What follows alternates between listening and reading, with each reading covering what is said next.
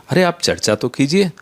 जिस ruling party का न राज्यसभा में एक भी मुसलमान सांसद हो, न लोकसभा में एक भी मुसलमान सांसद हो, वो वक्फ बोर्ड पे नियम बनाएंगे बिना किसी से चर्चा किए, तो ये कैसे संभव होगा? एनडीए के अपने अलाइज, वो नायडू जी हों, वो चिराग पासवान हों, सबने विरोध किया है। तो उनसे पूछिए क्या विरोध है। हम तो यह आपसे सलाह करेंगे कि आप जरा मुख्तार अब्बास नकवी से भी पूछ लीजिए कि क्या वो उसके पक्ष में हैं या विरोध में हैं। जवाब मिल जाएगा आपको। नहीं, मायावती जी कई दिनों से लोग अब उनसे, उनका विश्वास लोगों के मन से उठ चुका है, तो उनकी बातों को कोई गंभीरता से अब नहीं लेता। एक बहुत गंभीर विषय है, कोई डॉक्टर अपनी 36 घंटे की वो सेवाएं दे रही थीं, उनके लिए इतनी सुरक्षा और सुविधाएं नहीं थी कि वो अपने आप को महफूज रख सकें, महफूज पा सकें।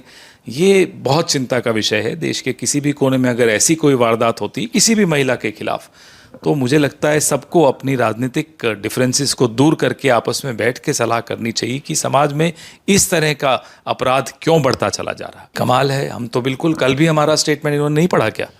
हम तो ये जानना चाहते हैं कि सरकार आपकी है, पड़ोस में क्या हो रहा है आपकी इंटेलिजेंस एजेंसीज ने आपको नहीं बताया था क्या?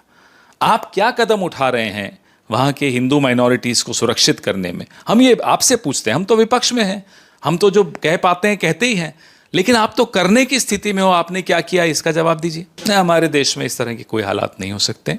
हमारे देश में विपक्ष मजबूत है, लोकतंत्र मजबूत है।